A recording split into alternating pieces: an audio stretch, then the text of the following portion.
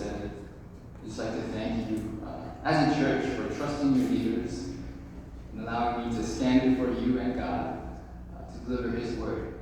I certainly don't take this lightly at all. And as many of you already know, our word and theme for this year has been Behold. And as part of this, we've been going through a series now and then on God's promises to His people. Last Sunday, Pastor James preached on the promise that God gives us rest. And I hope we've been experiencing and wanting that spiritual rest in our lives. And it goes hand in hand with today's message, which is on the promise that God gives us eternal life. But before I begin, let me quickly pray. Holy Father, I ask that you would fill this room, fill our hearts, our bodies with your Spirit, and would you bless your word as it is preached, received, may it sink deeply into every cell of our lives. Feed us, O God. In Jesus' name, amen. Now, for those of you who don't know me, I grew up in a Christian family, and my parents were missionaries serving Chinese immigrants. But I really met God and started following Him roughly 4 years ago. Before that, I blamed my parents, certainly God, for how miserable I was growing up. I felt like I couldn't do anything. Moving all the time. Life never went my way. Trouble making friends. Had trouble making friends. But when I was a senior in high school in New Jersey, when things were slowly starting to gain momentum for me, some kids, not many, they knew my name, and I thought I was finally belonging somewhere. My family suddenly had to leave the States to go to Korea.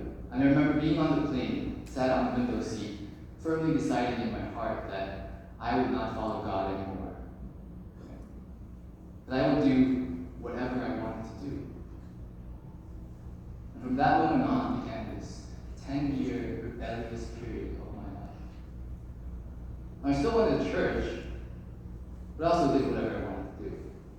And during this period, I used to play this reality check game where I would ask myself from time to time, hey, if you died today, would you go to heaven?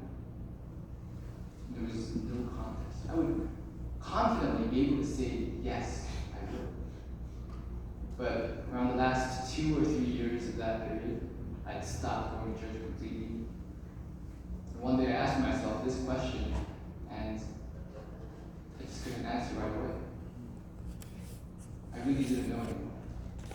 And I was so surprised because I never seriously considered the idea that I would go to hell. Have you?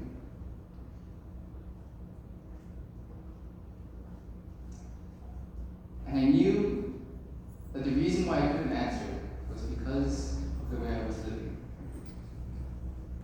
It didn't sit right with me in my heart to call myself a Christian. Because I saw what I was doing in my life. Now, the point of this story is to show you how I understood eternal life then. Back then, eternal life was living forever in heaven after I died. And that's a pretty common conception of eternal life. And until a month ago, eternal life was being resurrected when Jesus returns, and then living forever in God's presence.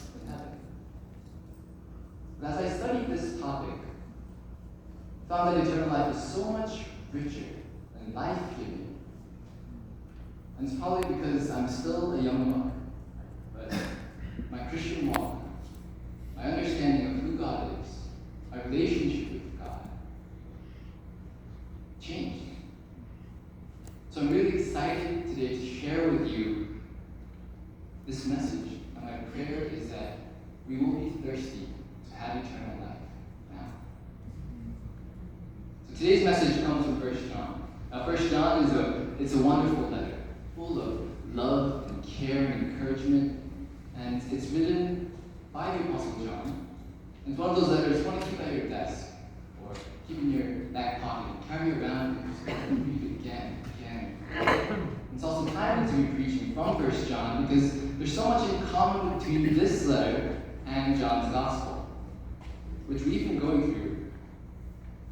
And there's commonality not just in the style, the vocabulary, but also in the teachings and themes. So if you would read John's Gospel first and then 1 John, you'd be able to start identifying these commonalities and get that uncanny feeling like, hey, I've seen this before. It sounds familiar. Even the reason that John gives for writing these two books are almost the same. In John 20:31, John writes, "But these are written so that you may believe that Jesus is the Christ, the Son of God, and that by believing you may have life in his name." And in 1 John 5:13, "I write these things to you who believe in the name of the Son of God, that you may know that you have eternal life." You see the pattern here?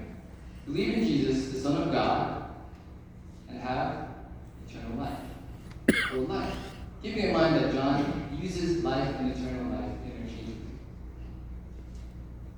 John clearly emphasizes that having eternal life is the result of believing in Jesus, and it seems to be a very important part of the gospel.